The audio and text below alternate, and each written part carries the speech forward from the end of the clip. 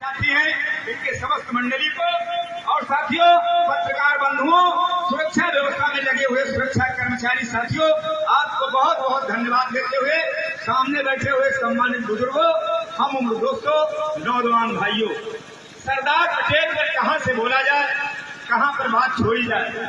साथियों, आदरणीय राकेश वर्मा जी हमारे बीच में आए हैं। हमने उनको भी हाथ देकर के रोका और संयोग से हमारे घर से चले गए या बैठे हैं।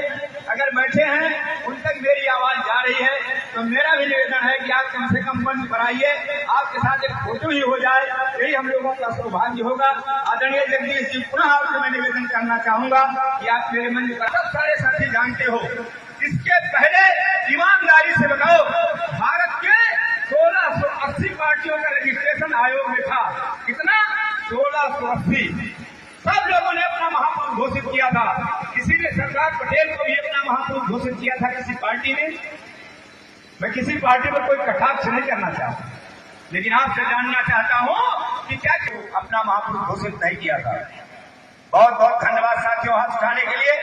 मैं आपको कहना चाहता हूं कि 4 नवंबर 95 को धन बना और साथियों 7 मार्च 95 को इस आपके भाई धर्मराज पटेल को फैजाबाद जनपद में समय था, उसका मुझे इंचार्ज बनाया गया, मैं जिलाध्यक्ष बनाया गया। ये बात मेरे दिमाग में 4 नवंबर 95 से खटक रही थी कि सरदार वल्लभ भाई पटेल को क्यों अपना दल ने अपना महापुरुष घोषित किया। क्या इसमें कहीं गंदी मानसिकता तो नहीं है? क्या इस नाते उनको महापुरुष घोषित कर दिया गया? जो कुर्मी समाज के घर में पैदा हुए थे और कुर्मियों ने अपनी पार्टी अपना दल बनाया था, इस नाते उनको महापुरुष घोषित कर दिया गया। ये बात मेरे दिमाग में बहुत कौंध रही थी। मित्रों, एक दिन संयोग से बलिहारी बाबू जिनके नाम से संगठन बना है, वो फैजाबाद के जिला मुख्यालय पर रहते थे। आए, हमारे कार्यालय पर बैठ गए। मन बहुत मेरा गंभीर था, मैं इस पर बहुत चिंतन मंथन कर रहा था। हमने उनसे प्रश्न कर लिया कि बाबूजी, कहीं ऐसी बात तो नहीं है कि आप कुर्मी हो? सरदार वल्लभ भाई पटेल कुर्मी परिवार में पैदा हुए थे, आपने उनको अपना महापुरुष घोषित कर दिया। तो उन्होंने कहा कि धर्मराज जी, पहले आदमी हो आप प्रदेश के, मैं बधाई देना चाहता हूँ जो आपने यह प्रश्न खड़ा किया। हमने सरदार पटेल को अपना महापुरुष इस नाते नहीं घोषित किया कि सरदार वल्लभ भाई कुर्मी बिरादरी में पैदा हुए, कुर्मी समाज में पैदा हुए, कुर्मियों ने पार्टी बनाई, इस नाते उनको अपना महापुरुष घोषित किया। तो हमने कहा कारण क्या था? उन्होंने कहा कि यह देश कृषि प्रधान राष्ट्र है और यह देश कृषि प्रधान राष्ट्र 12 बजे 15 अगस्त 1947 को जब गृह मंत्री की हैसियत से सरदार पटेल ने अपने विभाग की बैठक किया तो भारत को कृषि प्रधान राष्ट्र घोषित किया। उनसे पत्रकारों ने पूछा कि कृषि प्रधान राष्ट्र क्यों घोषित कर रहे हो इसको, ये देश कृषि प्रधान राष्ट्र कैसे है? तो उन्होंने कहा कि देश का 75% आदमी खेती और किसानी से जुड़ा हुआ है, ये कोई जाति और धर्म की बात नहीं साथियों। उन्होंने कहा कि सारे जाति धर्म के लोग सब खेती किसानी से जुड़े हुए लोग हैं। आप कृषि प्रधान राष्ट्र घोषित होने के लिए 5 चीजों की महत्वपूर्ण आवश्यकता होती है। पहली आवश्यकता सरदार पटेल ने कहा था कि अच्छी जलवायु होनी चाहिए। दूसरी आवश्यकता उन्होंने कहा था कि अच्छी मिट्टी होनी चाहिए। तीसरी आवश्यकता उन्होंने कहा था कि अच्छा पानी होना चाहिए। चौथी आवश्यकता उन्होंने कहा था कि अंकुरित बीज होना चाहिए। 5वीं आवश्यकता उन्होंने कहा था कि मेहनत किसान और इंसान होना चाहिए। और जो 5 चीज भारत के अंदर मौजूद है, इस नाते आज हम इसको कृषि प्रधान राष्ट्र घोषित कर रहे हैं। उन्होंने कहा जरा आगे आप और बताओ। जब पत्रकारों ने उनसे पूछा कि आप और आगे बात बताओ, तो सरदार पटेल ने कहा था कि पूरी दुनिया में जितने प्रकार की अच्छी जलवायु है, उतने प्रकार की अच्छी जलवायु भारत में है। पूरी दुनिया में सबसे ज्यादा उपजाऊ मिट्टी अगर किसी की है तो सबसे ज्यादा उपजाऊ मिट्टी भारत की है। पूरी दुनिया में पेट्रोलियम को छोड़ दिया जाए, अगर सारी सबसे ज्यादा खनिज संपदा किसी के पास है तो भारत के पास है। सबसे ज्यादा मेहनत किसान इंसान अगर है तो 18 घंटे काम करने वाला भारत के पास है। विश्व के किसी भी देश में इतना मेहनत किसान इंसान नहीं है।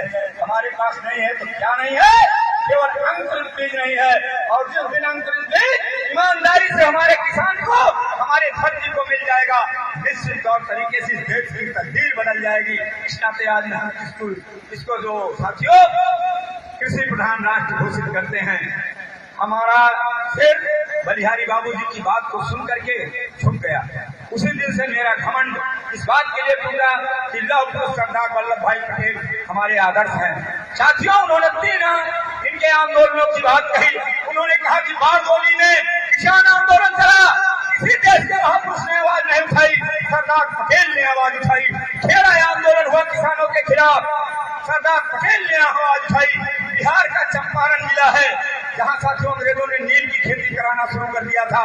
जो भी साथी इसमें विज्ञान के साथी बैठे हों उनको याद होना चाहिए, जिस क्षेत्र में नील की खेती शुरू करवा दी जाए, नील की खेती आपके खेत में शुरू करवा दी जाए तो 3 साल के बाद वो धरती सबसे ज्यादा ऊसर धरती हो जाएगी, बंजर हो जाएगी। वो धरती में कोई चीज पैदा होने वाला नहीं है। ये आंदोलन अगर किसी ने छेड़ा, नील आंदोलन को रोकने का अगर संकल्प किसी ने लिया तो मैं दावे के साथ कहता हूँ आपके महापुरुष सरदार वल्लभ भाई पटेल ने लिया। इस नाते उनको हमने अपना महापुरुष घोषित किया। साथियों, जो बिहार का सबसे बढ़िया जिला आज 2 खंडों में बन गया, पूर्वी चंपारण और पश्चिमी चंपारण। चंपारण एक था और उसका नाम इसी नाते चंपारण रखा गया था कि बिहार की सबसे ज्यादा उपजाऊ मिट्टी चंपारण की है। साथियों, इस नाते चंपारण को अंग्रेज चाहता था कि इसको नस्ते नाबूद कर दो, बिहार का आदमी यही दब जाएगा, उत्तर प्रदेश को धीरे धीरे हम इस नील की खेती से दबा देंगे। साथियों, यह आवाज जब हमारे महापुरुष ने उठाई तो इस आंदोलन की अगुवाई करने के लिए चंपारण सबसे पहले महात्मा गांधी पहुंचे और महात्मा गांधी ने चंपारण आंदोलन किया। मित्रों, इस नाते हमारे महापुरुष इंजीनियर बलिहारी पटेल ने कहा कि चूंकि खेती और किसानी से जुड़ने वाला हिंदुस्तान के पहले नेता हैं जिनको हम सरदार पटेल अपना महापुरुष घोषित करते हैं।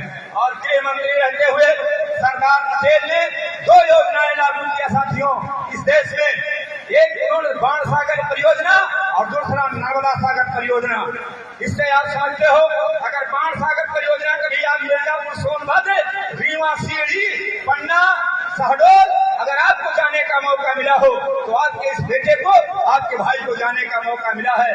सारे पहाड़ों में देखिए, पहाड़ों को काट काट करके वो बाण सागर परियोजना के तहत पानी देने का खेती के लिए, खेती किसानी के लिए काम हुआ। इस नाते उनको हमने अपना महापुरुष घोषित किया। साथियों, आज एक चीज और बहुत ताजुब के साथ आपको बताना चाहता हूँ।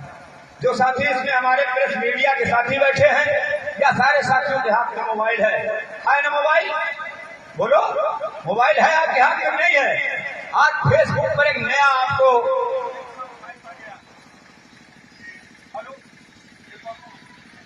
भेजा गया, वहां जिनके नाम से हम लोगों ने अपना दल बलिहारी बनाया, आज उनको जानते हो सबसे ज्यादा बधाई किसने दिया? उस आदमी ने बधाई भेजा है इंजीनियर बलिहारी पटेल को। फेसबुक के माध्यम से बलिहारी पटेल का फोटो लगा करके, नाम नहीं लेना चाहते साथियों। तो भाई चंद्र प्रकाश जी ने बंद कमरे में जो हम लोगों की रूम मीटिंग होती थी, रूम लीडिंग कही जाती थी, उस रूम मीटिंग में इन्होंने कहा कि बलिहारी बाबूजी खत्म हो गए और माता जी, बहन जी, एक महापुरुष जिन्होंने इतने बड़े दल का निर्माण किया था, डॉक्टर सोनेलाल पटेल को राष्ट्रीय अध्यक्ष बनाया था, दल का नाम अपना दल उन्होंने रखा था, लौह पुरुष सरदार वल्लभ भाई पटेल को उन्होंने अपना आदर्श पुरुष घोषित किया था संगठन का। उनको थोड़ा सा सम्मान अगर हम बैनर और पोस्टर में दे दें तो बहुत बड़ी बात हो जाएगी। आज वो जिंदा नहीं है, कुछ हमसे चाहते नहीं है, तो जानते हो जवाब क्या था? ये बात चंद्र प्रकाश जी को कहना चाहिए था, लेकिन इन्होंने नहीं कहा। उनका जवाब था कि अगर बलिहारी बाबूजी का हम नाम तो डॉक्टर सोनेलाल पटेल का नाम बुझ जाएगा। आज ऐसे लोग किया था, आज किसी का नाम नहीं लेना चाहते। फेसबुक के माध्यम से आप देख, जो महारानी दिल्ली में